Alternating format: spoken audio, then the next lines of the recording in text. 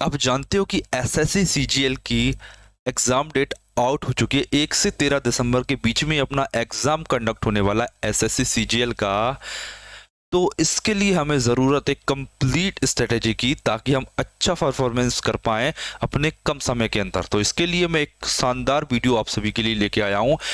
इस वीडियो में मैं आपको कंप्लीट स्ट्रेटेजी शेयर करने वाला हूं कि आपको एग्जाम में जाकर कितने मार्क्स का क्वेश्चन अटेम्प्ट करना है और कितने टाइम में अटेम्प्ट करना है, और आपकी स्ट्रेटेजी क्या होना चाहिए हर सब्जेक्ट को लेकर। इंग्लिश, मैथ, जीके, इन सभी चैप्टर को, इन सभी टॉपिक को आप कैसे कवर करेंगे और कितने मार्क्स आप सॉल्व करेंगे। तो बस इसी की कंप्लीट इन्फॉर्मेशन मैं आज आपको इस वीडियो में देखने वाला हूं।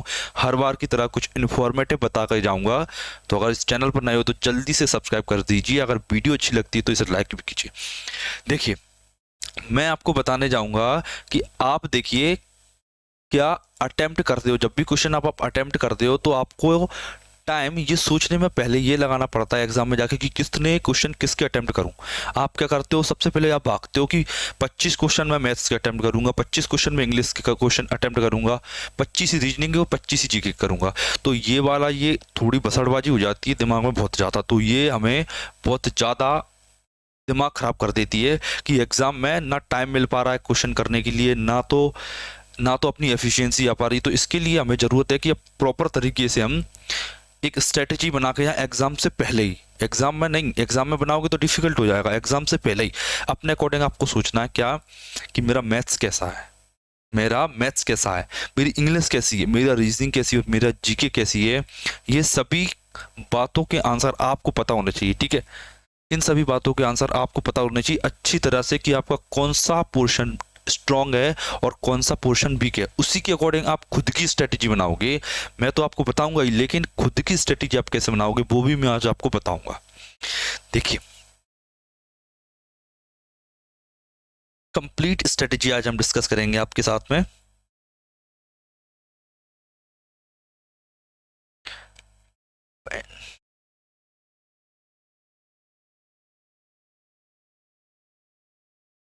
अगर आपको कोई भी डाउट आता है इसके रिगार्डिंग तो आप हमसे पूछ सकते हो।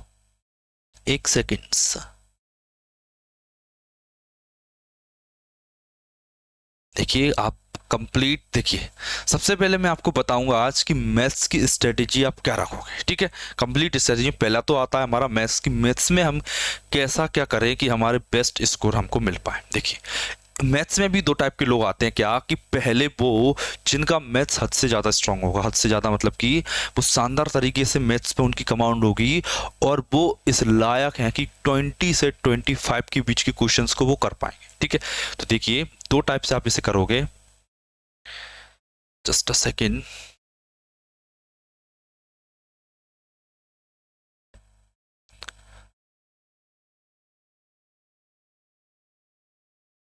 देखिए, आप जानते हो कि मैथ्स वो दो पार्ट्स में रहता है। क्या, एक रहता है अपना अरिथमेटिक वाला पार्ट और दूसरा अपना रहता है एडवांस वाला पार्ट। ठीक है, अरिथमेटिक और एडवांस वाला पार्ट रहता है। आप में से कुछ ऐसे होंगे जो शानदार तरीके से दोनों पार्ट्स को अटेम्प्ट करने की दम रखते हैं। मतलब तो उनके लिए, मतलब जिनका अच्छा है मैथ्स, तो वो तो हमेशा टारगेट करना कि 20 टू 25 मिनट्स के क्वेश्चन आप अटेम्प्ट करो। 20 से 25 क्वेश्चन आपका टारगेट होना चाहिए। और आप इसमें टाइम रख सकते हो कितना, 15 से 20 मिनट का आप टाइम रख सकते हो कि आप मैथ्स के क्वेश्चन को 15 से 20 मिनट में अटेम्प्ट करोगे। 20 से 25 क्वेश्चन, इतना आप टाइम को लेकर चलोगे और इतने क्वेश्चन आपको अटेम्प्ट करना अगर आपका मैथ्स अच्छा है तो। क्योंकि हम ये बात जानते हैं कि 100% स्कोर केवल हम मैथ्स और रीजनिंग में कर सकते हैं, और ज़्यादा से ज़्यादा इंग्लिश में, जीके में 100% क्रॉस करना, वो भी एसएससी की एग्जाम में इम्पॉसिबल है। क्योंकि एसएससी वाला बंदा कभी भी इतनी जीके नहीं पढ़ता कि वो 100% कर पाए। ठीक है, तो इसके लिए आपको अरिथमेटिक शानदार तरीके से आना चाहिए और एडवांस दोनों बहुत शानदार तरीके से आना चाहिए। अब आप देखिए, अरिथमेटिक और एडवांस में भी आपको ये देखना है कि अगर आपकी कैलकुलेशन बहुत शानदार है, आपकी कैलकुलेशन के लेवल बहुत तगड़ा है, तो आप अरिथमेटिक के सभी क्वेश्चन बना ले जाओगे। आपको परसेंटेज की नॉलेज है, आपको compound interest, simple interest, profit and loss, इसके कॉन्सेप्ट आपको क्लियर हैं, तो आप अरिथमेटिक में आपके नंबर बना ले जाओगे, मतलब अरिथमेटिक आप पूरा सॉल्व करने की दम रखोगे, ठीक है। और इसी प्रकार से एडवांस में, अगर आपका एडवांस में ट्रिग्नोमेट्री, एलजेब्रा और ज्योमेट्री, अगर इन 3 टॉपिक आपके शानदार है तो आप एडवांस में बहुत शानदार परफॉर्म कर सकते हो, ठीक है। उसके लिए आप हमारी प्रीवियस ईयर की जो सीरीज चल रही है, जिसमें मैं आपको सभी प्रीवियस ईयर के क्वेश्चंस को सॉल्व करके दिखा रहा हूं कि क्या कैसे आपको एग्जाम में सॉल्व करना चाहिए, आपकी क्या टाइमिंग रहना चाहिए और किस क्वेश्चन पर कितना टाइम देना चाहिए और प्रॉपर अप्रोच क्या होना चाहिए, प्रॉपर मेथड क्या होना चाहिए एग्जाम में सॉल्व करने की, ठीक है। तो आपके लिए ये हो गया कि आप अगर अच्छे हो बहुत ज़्यादा तो आप 20 से 25 अटेम्प्ट करोगे 15 से 20 मिनट में। लेकिन अगर मान लीजिए आप में थोड़ा से वीक हो तो आप याद रखना 10 से 15 कम से कम इतने तो आपको अटेम्प्ट करना पड़ेंगे अगर आप वीक हो तो, ठीक है। ये अच्छे वालों के लिए और ये कमज़ोर वालों के लिए याद रखना। अगर मैंने ये बोला आपसे कि मैथ्स में आप 10 से 15 कर रहे हो, इसका मतलब क्या है कि आपका कोई ना कोई एक सब्जेक्ट ऐसा होगा जिसमें आप बहुत शानदार परफॉर्म करोगे। आप देखिए, अगर आप मैथ्स में 10 क्वेश्चन अटेम्प्ट करते हो तो इसका मतलब ये है कि आपको इंग्लिश में 20 से 25 अटेम्प्ट करना पड़ेंगे। इसकी कमी आपको इंग्लिश में पूरा करना पड़ेगी या रीजनिंग में या जीके में किसी ना किसी पोर्शन को आपको ज़्यादा वेटेज देना पड़ेगी, ज़्यादा फोकस करना पड़ेगी, ठीक है। अगर आप इसमें कम टाइम देते हो तो, ठीक। देखिए, दूसरा आता है मेरा रीजनिंग वाला पोर्शन। देखिए, रीजनिंग भी सेम है, रीजनिंग भी अपना 2 पार्ट में डिवाइड होता है। क्या? एक होता है वर्बल रीजनिंग और दूसरी होती है नॉन वर्बल रीजनिंग।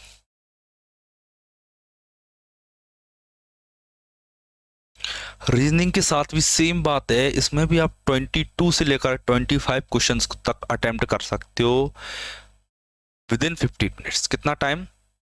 15 मिनट्स के अंदर आप 22 से 25 क्वेश्चन को अटेम्प्ट कर सकते हो। बहुत शानदार।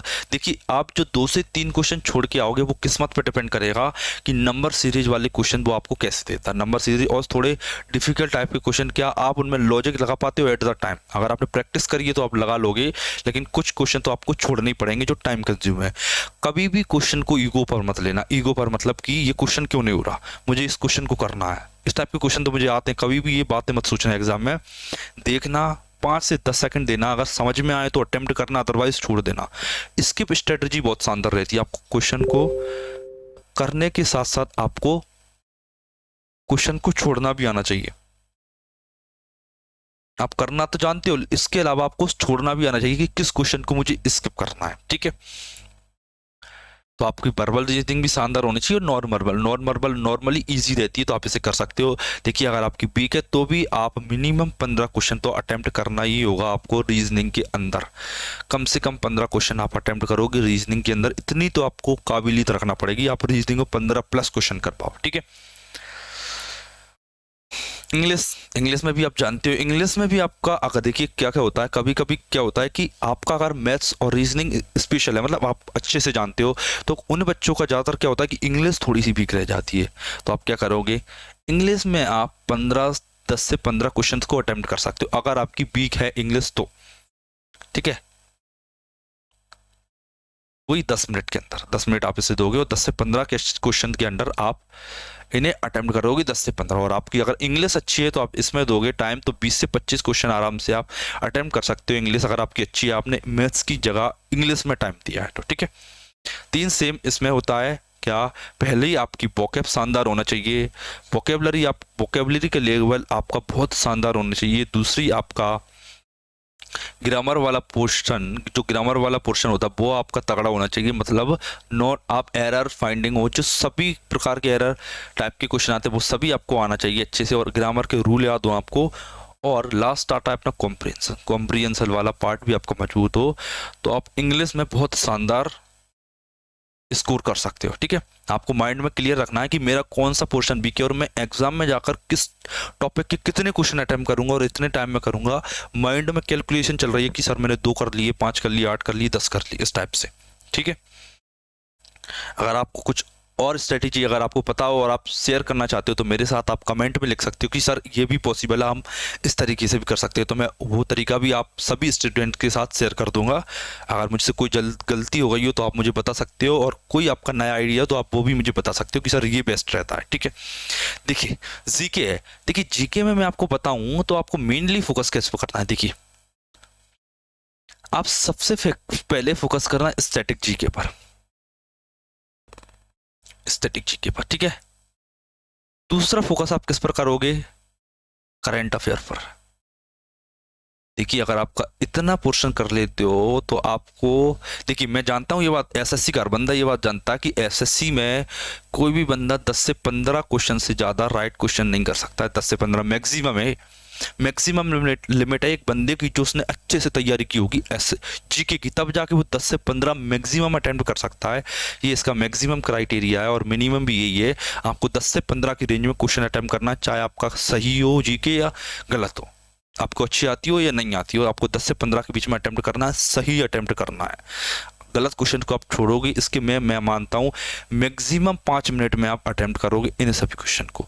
जीके में आप बिल्कुल कम समय दोगे, इस टाइम पीरियड में आपको ये क्वेश्चन अटेम्प्ट करना है। ठीक है, स्ट्रेटेजी के करंट अफेयर, और फिर आप फोकस करोगे हिस्ट्री पर। ये पोर्शन आपका अच्छा खासा नंबर आपको 10 से 15 के बीच में ले जाएगा, 10 तक तो ले ही जाएगा। फिर आप फोकस कर सकते हो अपनी साइंस पर, 2 से 3 क्वेश्चन के बीच में मान लीजिए। फिर अदर पॉलिटी हुई, इकोनॉमिक्स हुई और जियोग्राफी, इन सभी से मान लीजिए एक तो क्वेश्चन आपको यहाँ से मिल जाएंगे। तो आप इस टाइप से इन सभी सब्जेक्ट को पढ़ के, लेकिन मेन तो आपको यही पढ़ना है, static GK, current affair, history. इस एग्जाम टाइम में तो आप अच्छे से ही नहीं पढ़ सकते हो। ठीक है, इन पर आप कमांड ला सकते हो और 10 से 15 इजीली आप कर सकते हो। ठीक, देखिए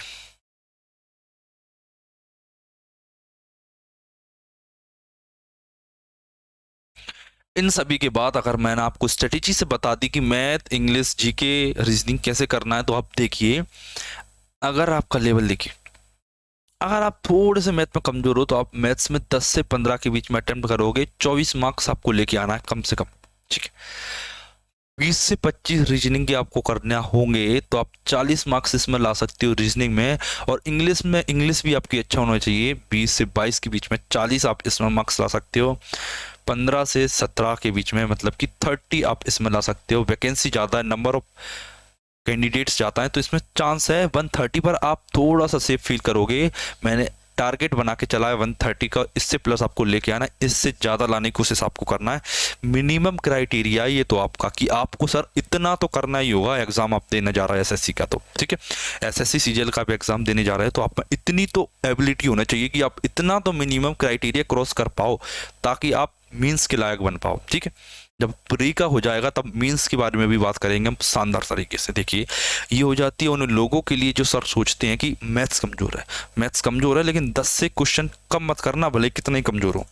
देखिए अगर मैथ्स शानदार है, 20 से 25 तो मैथ्स के करिए आप, रीजनिंग के भी आपको 20 से 25 क्वेश्चन अटेम्प्ट करना है, इंग्लिश के भी आपको 15 से 17 कम से कम क्वेश्चन अटेम्प्ट करना होंगे, आपको 15 से 17 के बीच में इंग्लिश के।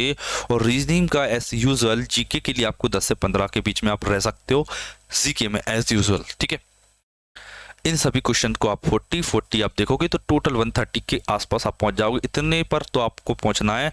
ये मॉक टेस्ट लगाते हुए भी आपको याद रखना है कि किस किस पोजीशन को मैं कितना टाइम दे रहा हूं, सेम एग्जाम में भी आप करोगे। ठीक है, मॉक टेस्ट लगाना मत भूलना। अगर आप लगाना चाहते हो तो आप मेरा ऐप है उस पर भी जाकर आप मॉक टेस्ट लगा सकते हो, बहुत शानदार मैंने आपको उसमें बता रखा है। ठीक है, उसकी लिंक डिस्क्रिप्शन में दे रखी है। और सीजीएल के प्रीवियस ईयर के क्वेश्चन प्रैक्टिस करना चाहते हो आप मैथ्स के, तो आप कमेंट कर सकते हो और हमारी वीडियो की लिंक में जा सकते हो। वीडियो में सब कुछ बता रखा है मैंने। ठीक है, शानदार तरीके से प्रैक्टिस करा रखे हैं मैथ्स के क्वेश्चन। और आप चाहते हो कि सर मैथ्स के टॉपिक वाइज एनालिसिस करके बताऊं कि टॉपिक वाइज कितना किसका कितना वेटेज है, तो अब मैं आपको वो भी बता दूंगा। जस्ट आप सिंपली कमेंट कर दीजिए। अगर वीडियो पसंद आए तो लाइक कर दीजिए। मिलते हैं अपनी नेक्स्ट वीडियो में कुछ शानदार इन्फॉर्मेशन के साथ। Thank you.